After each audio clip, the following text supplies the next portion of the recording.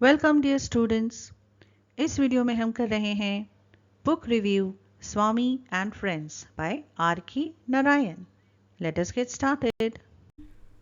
Book review Swami and friends by R K Narayan. ये जो हमारा चैप्टर है ये आर के नारायण जो एक बहुत ही फेमस ऑथर थे, उनकी किताब स्वामी एंड फ्रेंड्स के बारे में है। ये एक रिव्यू है। रिव्यू का क्या मतलब होता है? जायज़ा लेना, समीक्षा करना। यानी इसमें हम जो किताब है उसकी कहानी के बारे में डिस्कस नहीं कर रहे हैं, लेकिन इस बारे में डिस्कस कर रहे हैं कि ये किताब किस तरीके से लिखी गई है, किसके लिए लिखी गई है। इसके बारे में एक आइडिया दिया जा रहा है जो पढ़ने वाला है, सुनने वाला है उसे। A little bit about the book. Book के बारे में कुछ जानकारी। Anything I mention about the book can be mistakenly understood as spoilers.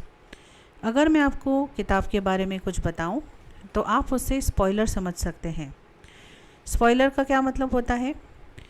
एक ऐसी खास इन्फॉर्मेशन दे देना जिससे जो है आपका जो मज़ा है वो किरकिरा हो सकता है। जैसे अगर कोई आप फिल्म देख रहे हैं और वो किसी कातिल के बारे में है जो आपको अक्सर एंड में पता चलता है, लेकिन आपको अगर आपका फ्रेंड पहले ही बता दे कि अरे ये खूनी है, तो आप क्या कहेंगे कि वो एक स्पॉइलर है, क्योंकि उसने आपका पूरा मज़ा किरकिरा कर दिया। उसने आपको जो मेन चीज़ थी उस पूरे मूवी की, उस फिल्म की, वो बता दी। तो इसी तरह अगर किताब के बारे में आपको कोई पूरी जानकारी दे दे तो क्या आप उस किताब को पढ़ेंगे? तो जो हमारे चैप्टर के राइटर है वो कह रहे हैं कि मैं आपको इतनी जानकारी नहीं दूंगा कि उससे आप स्पॉइलर समझें। So I would rather give a glance into the book without mentioning any events और प्लॉट्स ऑफ द स्टोरी।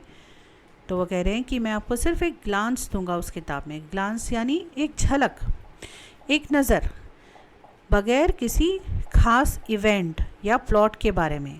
यानी जो मेन उसमें जो इवेंट्स हो रहे हैं, वाक़ये हो रहे हैं, जो प्लॉट्स हैं, जो खास उसमें जो स्टोरी है, वो उसके बारे में ज़्यादा डिटेल नहीं देंगे। Swami is a mischievous little kid of about 10 years old and living in the era where India was under the British rule। तो अब जो है उन्होंने रिव्यू स्टार्ट किया है कि ये किताब किस चीज़ के बारे में है। स्वामी इस लड़के के बारे में है। ये जो हमारा टाइटल है वहाँ पर ही लिखा है स्वामी एंड फ्रेंड्स। तो स्वामी के बारे में वो हमें कुछ जानकारी दे रहे हैं कि स्वामी जो है एक 10 साल का शरारती बच्चा है, और वो उस ज़माने में की ये कहानी है जब इंडिया जो है ब्रिटिश रूल के अंडर था।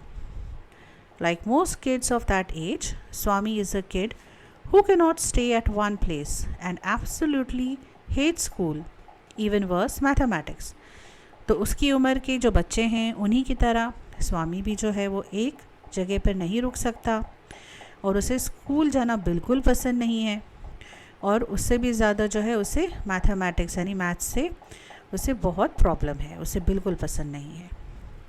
School is his absolute nightmare. School जाना जो है उसके लिए एक ख़तरनाक सपने जैसा है, ख्वाब जैसा है। Anyway, the story unfolds around the happenings of this kid and how he constantly gets into trouble and gets a good beating from his father. तो वो कह रहे हैं कि ये जो कहानी है वो एक बच्चे के बारे में है, उसके ज़िंदगी में जो होने वाली चीज़ें हैं, हैपनिंग्स यानी जो उसके आसपास जो चीज़ें होती रहती हैं, उसकी ज़िंदगी में जो चीज़ें होती रहती हैं, उसके बारे में है कि वो किस तरह मुसीबतों में पड़ता है, ट्रबल में पड़ता है, और जो उसके फादर हैं वो उससे उसकी अच्छी पिटाई करते हैं। Swami is a talkative little kid and thinks that's his way of facing life, talking himself out of everything. Swami जो है एक बहुत ही बातूनी बच्चा है, और उसे ऐसे लगता है कि ज़िंदगी की हर मुसीबत से, हर परेशानी से वो बातें करके अपने आप को बाहर निकाल सकता है। But he does learn the truth the harsh way. लेकिन क्या होता है कि वो ऐसी चीज़ों में पड़ता है, ऐसी मुसीबतों में पड़ता है, लेकिन क्या हर चीज़ बातें करके सॉल्व हो सकती हैं, हल होती हैं? नहीं। तो उसे सबक भी मिलता है, लेकिन बहुत ही मुश्किल तरीके से। हार्श वे यानी कि उसे मुश्किलात का सामना करना पड़ता है सच्चाई जानने के लिए। As many teens back then, all he wants to do is play under the sun, kick something, climb a tree, break something, and harass somebody. Unlike kids today. उस ज़माने की बात हो रही है जब बहुत पुराना ज़माना था, ब्रिटिश के अंदर का ज़माना था। तब बच्चों की एंटरटेनमेंट के लिए कोई चीज़ें नहीं होती थी, तो बच्चे जो हैं बाहर खेला करते थे, घूमा करते थे। तो स्वामी क्या क्या करता था? All he wanted to do was play under the sun, कि उसे हमेशा प्ले अंडर द सन, ये जो है ये कहावत जैसी है कि हमेशा उसे बाहर खेलना था। प्ले अंडर द सन यानी कि बाहर खेलना। किक समथिंग, कि उसे बस किसी चीज़ को किक करना है। क्लाइम अ ट्री, उसे दरख्तों पर चढ़ना है, पेड़ों पर चढ़ना है। ब्रेक समथिंग, तोड़ फोड़ करनी है। एंड हरास समबडी, मतलब किसी ना किसी को सताना है, उसे सताकर उसे मज़ा आता था। लेकिन आजकल के बच्चे ऐसी हरकतें नहीं करते। This in fact was and in most parts of India still is the life of a typical boy growing up. तो इस तरीके का जो सीन था कि बच्चे इस तरह की हरकतें करते थे, ये उस वक्त के ज़माने में जो है काफ़ी हिस्सों में था इंडिया में। और आजकल भी जो ऐसे बहुत छोटे छोटे गांव हैं जहाँ पर ज़्यादा टेक्निक नहीं है, वहाँ पर भी बच्चे इसी तरह खेल कूद करते हैं।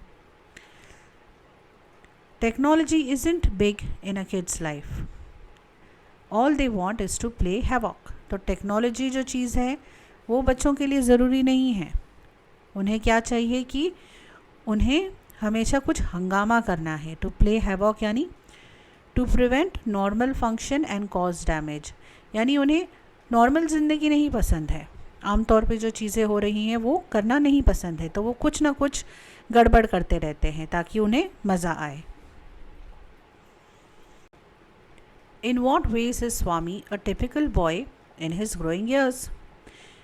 अब हमें ये पता चलेगा कि स्वामी जो है उसकी उम्र के लड़कों की तरह वो क्या हरकतें करता है। जो ग्रोइंग ईयर्स होते हैं वो कौन से ईयर्स होते हैं? जब बच्चे बड़े होने लगते हैं, जब वो छोटे नहीं रहते हैं, एकदम नादान नहीं रहते हैं।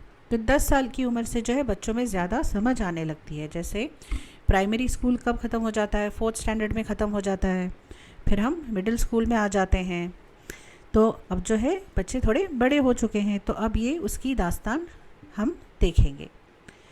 In this regard, Narayan gets deeply into the workings of Swami's 10-year-old mind, explaining exquisitely how he thinks and what his perspective of the world is. तो अब जो है ये स्वामी की ज़िंदगी का एक अलग मोड़ है जब वो 10 साल का हो गया है, और जो नारायण है उसकी इस 10 साल के बच्चे के दिमाग में जो है उसको पूरी तरह से वो स्टडी करते हैं कि वो बच्चा क्या सोच रहा होगा, कैसे उसके दिमाग में क्या चल रहा है, दुनिया की तरफ उसका क्या नज़रिया है। पर्सपेक्टिव रखना यानी नज़रिया रखना दुनिया का। तो एक्सक्विजिटली एक्सप्लेन करना, एक्सक्विजिटली यानी बहुत ही ख़ास तरीके से, अच्छे से, डिटेल में वो एक्सप्लेन करते हैं कि स्वामी की इस वक्त सोच क्या हो सकती है। The reader does feel like Swami and gets very attached with the character as the story progresses. तो कहानी को इस तरह लिखा गया है कि स्वामी जो जो महसूस करता है, वो जो पढ़ने वाला है इस किताब को, उसे भी वो उन चीज़ों का एहसास होता है, और स्वामी का जो कैरेक्टर है उससे जो है पढ़ने वाला बिल्कुल अटैच हो जाता है, जुड़ जाता है, जैसे जैसे कहानी आगे बढ़ती जाती है। That's the magic of Narayan, कि ये जो है आर.के. नारायण का जादू है कि वो इस तरीके से लिखते हैं। सिग्निफिकेंस ऑफ द बुक, इस किताब की खासियत क्या है, इम्पोर्टेंस क्या है, सिग्निफिकेंस क्या है। Swami and friends by R K. Narayan is not merely an interesting read that could be enjoyed from top to bottom, but the work attributes a lot of literary values even if it is a teen book. Swami and friends जो किताब है R K. Narayan की, वो सिर्फ एक interesting read नहीं है। Interesting यानी एक दिलचस्प किताब नहीं है जो सिर्फ एंजॉय की जा सकती है। टॉप टू बॉटम यानी ये शुरुआत से लेके आखिर तक आप एंजॉय कर सकते हैं, इतनी दिलचस्प किताब है, लेकिन वो कह रहे हैं कि इसमें और भी बहुत सारी खूबियाँ हैं जो लिटरेचर की दुनिया से इसका वास्ता है। लिटरेरी वैल्यूज़ यानी साहित्यिक मूल्य, अदबी इक़दार। तो ये कौन सी जो वैल्यूज़ होती हैं, ये वो वैल्यूज़ होती हैं, ये वो पॉइंट्स होते हैं जो किसी भी एक ख़ास जो लिटरेचर होता है उसमें इस्तेमाल करना ज़रूरी होता है। तो ये स्वामी एंड फ्रेंड्स जो किताब है आर के नारायण ने जो लिखी है, ये बच्चों के लिए लिखी है। ये एक टीन लड़के के बारे में है, लेकिन फिर भी उन्होंने इस किताब में वो सारी वैल्यूज़, वो सारी खूबियों का इस्तेमाल किया है जो एक प्रॉपर लिटरेचर की किताब में होनी चाहिए। यहाँ पर इस स्क्रीन में आप देख सकते हैं कि मैंने कुछ लिटरेरी वैल्यूज़ लिस्ट की हैं जो लिटरेचर की दुनिया में इम्पॉर्टेंट मानी जाती है जब आप किसी किताब को लिखते हैं।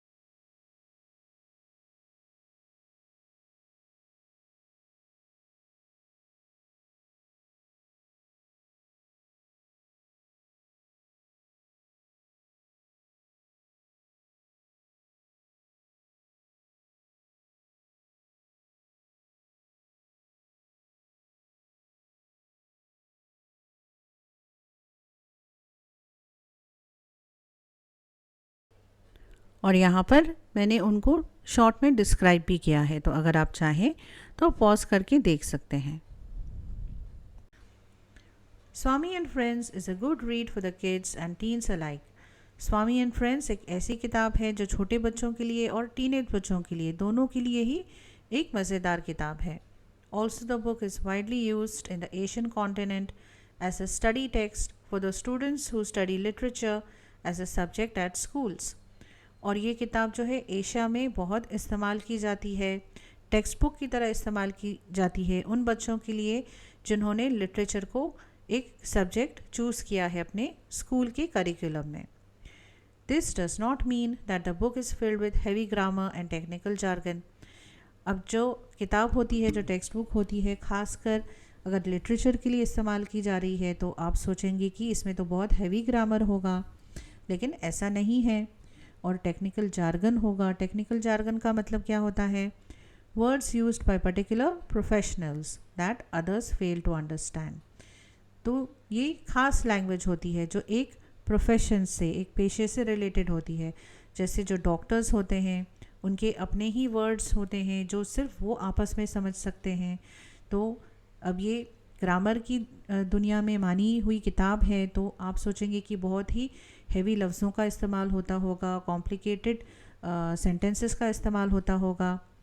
Actually the truth is in contrary to this. लेकिन जो सच्चाई है वो इससे बिल्कुल कॉन्ट्ररी है, यानी एकदम ऑपोजिट है कि ऐसा बिल्कुल नहीं है कि इसमें हैवी ग्रामर है या टेक्निकल जार्गन है, बल्कि इसमें जो है काफ़ी आसानी से ये किताब को लिखा गया है।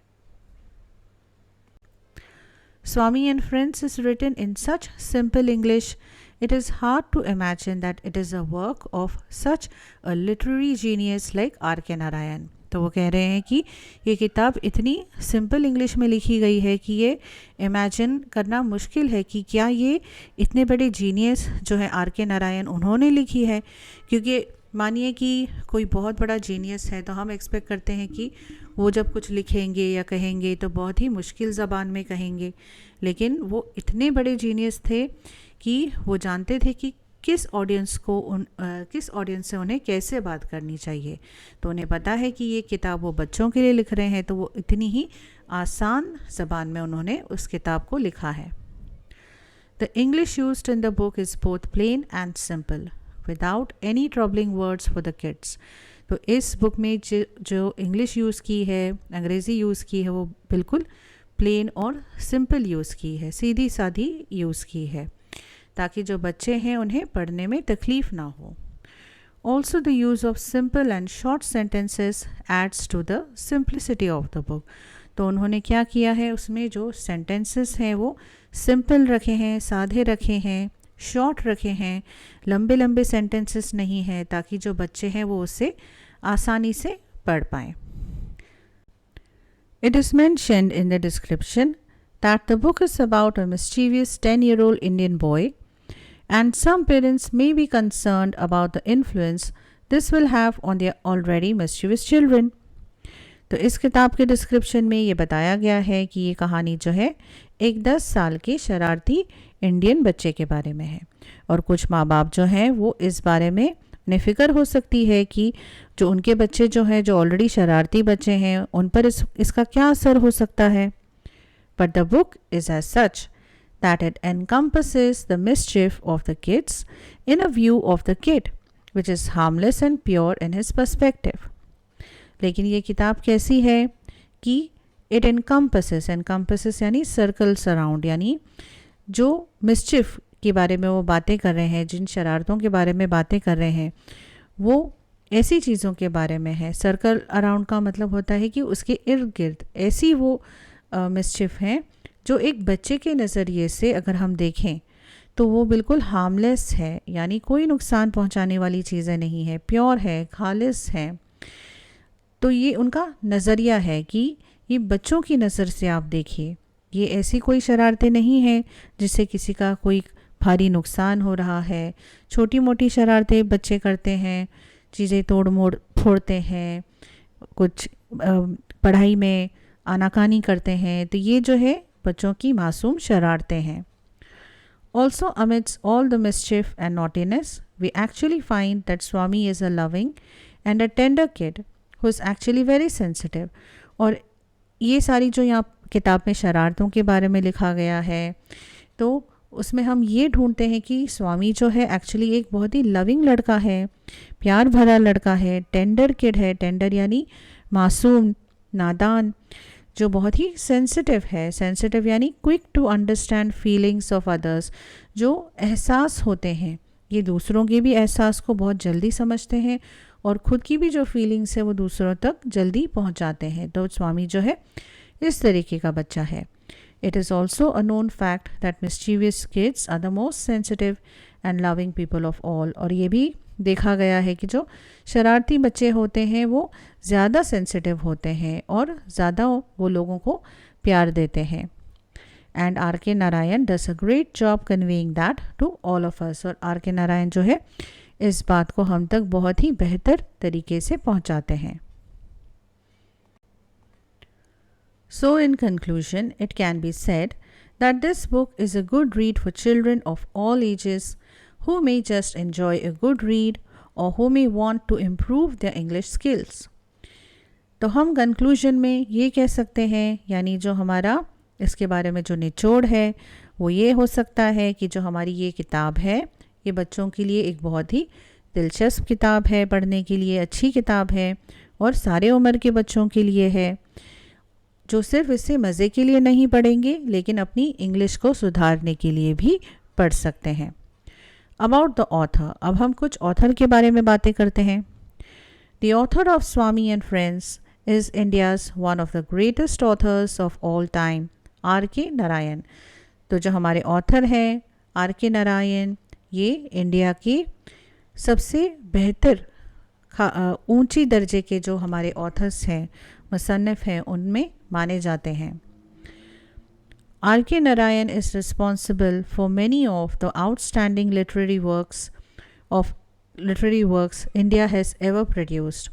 R.K. नारायण ने बहुत सारी ऐसी किताबें जो लिटरेचर की दुनिया की हैं वो लिखी हैं। And this book is in particular captures the essence of India under British ruling and the mind and the life of a typical teenage kid. और ख़ासकर ये किताब जो एसेंस यानी स्पिरिट यानी जज्बा, तो किस दौर का जज्बा, जब इंडिया जो है ब्रिटिश के अंदर हुआ करता था, तो उस ज़माने की जो चीज़ें हैं, जो एहसास थे लोगों के अंदर, उसे बहुत ही बेहतर तरीके से पेश किया गया है। और जो एक टीनेज बच्चा होता है, उसका माइंड, उसका दिमाग कैसे चलता है, उसकी ज़िंदगी कैसे चलती है, उसे भी बहुत ही अच्छी तरीके से बताया है। Other great works by Narayan include Malgudi days, the guide, the painter of science and many more literary works such as the Ramayana or shortened modern prose version of the Indian epic, and the Mahabharata, a shortened modern prose version of the Indian epic. Go take a look at them if you're interested.